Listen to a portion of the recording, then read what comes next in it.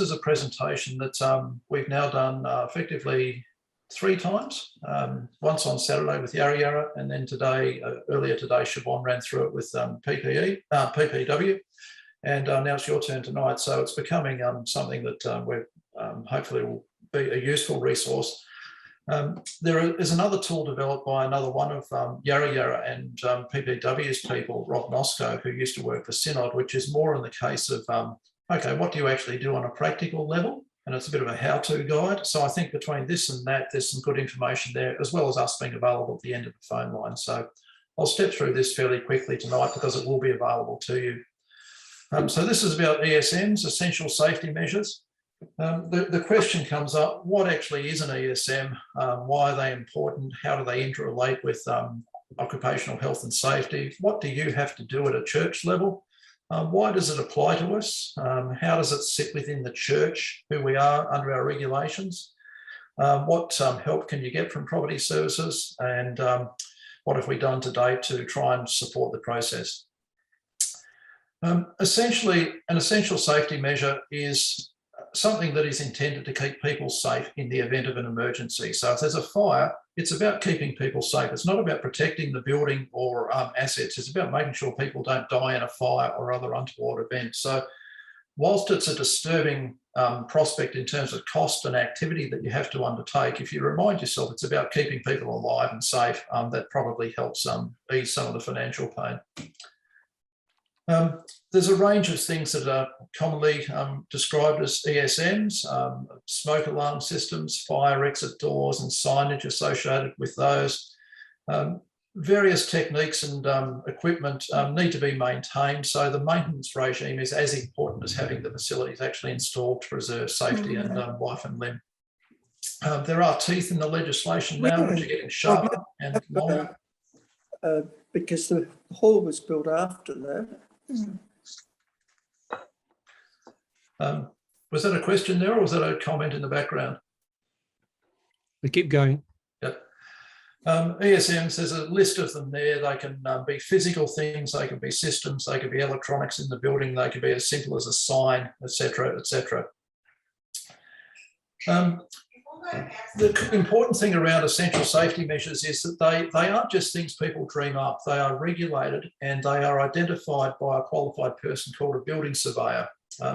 These days, since 1994, when an occupancy permit is issued for a building, the building surveyor specifies what the ESMs are and writes them on the occupancy permit, and in the form of a schedule of what they are and how you need to maintain them, how regularly and what needs to be done to maintain them.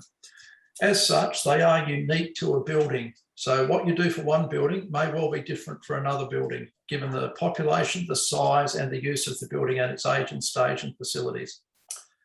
They have to be retained regardless of whether we've got a building that is being used or otherwise. So at the present time, many of our buildings are not being used. That does not mean that we don't have to maintain the ESMs in the buildings, no matter how difficult that might be while we're locked in our homes.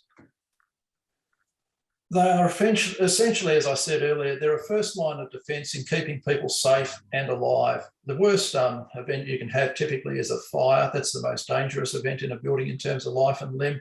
And believe it or not, we have actually had fires in UCA buildings. So don't think it's something that happens to the other person, it happens to us as well. They come under the Building Act and regulation in Victoria. They're also nationally driven in a lot of the construction code requirements. The types of buildings that we use, churches, halls, shops and kindergartens, are both workplaces in OH&S, but they are also places that qualify for essential safety measures to be installed, because effectively they're places where multiple people gather at a time. And that's the criteria, the difference between, for example, a residential house that you or I might live in day to day. That's not a building which requires essential safety measures, but the types of buildings that we use in our day-to-day operations in the church do. Paths of travel are an area where OH&S practice, if you like, using the building, covers and crosses over into the ESM space. So the exit door and the hardware attached to that exit door and the way it swings, that's governed by essential safety measures. And OH&S says you can't stack up boxes in front of the door. The green running person sign above the door, or illuminated or painted, that's an ESM. So in that context, there's an interrelationship between occupational health and safety, how you use a building and the things in the building that keep people safe in the event of a disaster. The upshot of it is that ESMs are a bit of a specialist area, and it's not something you decide yourself. A building surveyor decides them for us, either through a maintenance determination for those buildings that don't have an occupancy certificate, or it is prescribed by a building surveyor on an occupancy permit when it's issued at the time of building completion. So what do we have to do? We have to maintain ESMs. If they're not there and not fit for purpose, they have to be installed so that they are in place and are maintained to be in place. You have to keep records of that, and you have to report on the maintenance of the ESMs annually. There are certain other responsibilities that vest on people occupying the building. So a tenant, for example, in a retail shop or an op shop, they may have to pay for the cost of the ESMs and testing of them, but however, they are not obliged to actually do that work themselves. The onus sits with the owner, or in our organisation, the responsible body for the property. So what do you actually have to do? For buildings built after July 1994, where there will be an occupancy permit issued for the building which has the ESMs in their maintenance schedule specified, that needs to be displayed, and it needs to be adhered to in terms of the maintenance schedule. So if, however, you have a building that wasn't built after 1994 or significantly changed, you need to either already have get a maintenance determination which you adhere to from a registered building surveyor to maintain the measures in an appropriate manner. And if you don't have one, you need to get one. Now that can't be done by myself or Duncan or one of my team. It's something you need to get a registered building surveyor to do, because it has to be done in accordance with the Victorian building regulations and a very narrow definition of what is allowable and what is not allowable, or what is required and what you can do without. So it's a specialist area, and there's a legal requirement to have a registered building surveyor actually do that assessment for you. Once you've got that understanding, either through the occupancy permit or the maintenance determination, you need to maintain the essential safety measures in accordance with the requirements. You need to keep a logbook. And that means that the maintenance of those ESMs needs to be done through qualified contractors. So testing of smoke alarm systems, testing of emergency exit lighting, that is done through a registered practitioner in those areas. It's not something that you can just say yourself, I'm going to check that the lights come on. It has to be done and certified by a registered electrician, for example.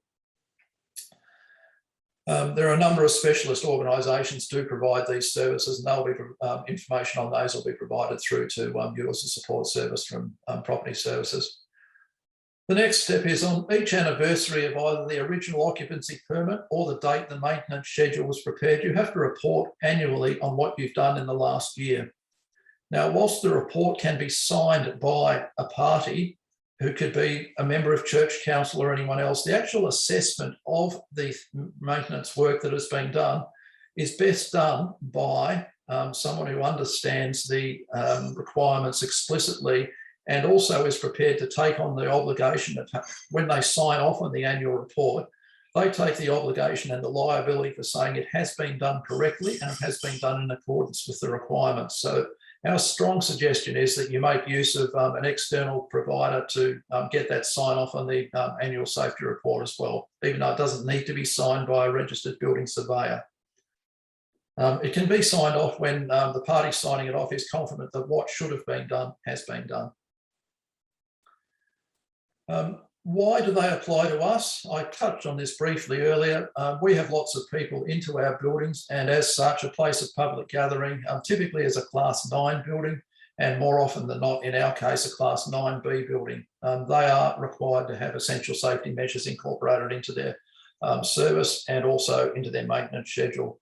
There are certain other classes of buildings, such as op shops or retail shops, that we might have tenants in, where they apply because they're at a retail premises.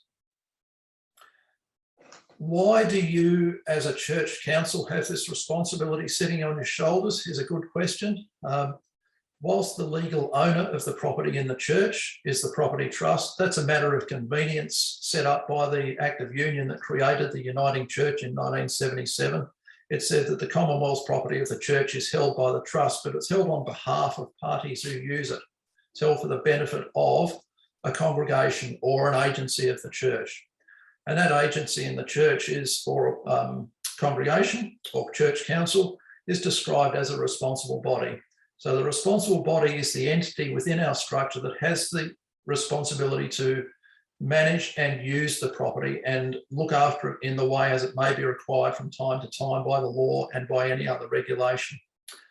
So our internal rules and the Act of Union that created the church says basically the onus lies on the church council to make sure that for a church building that is required to have ESMs, that they are the party or the entity that needs to make sure that things are done in the right manner.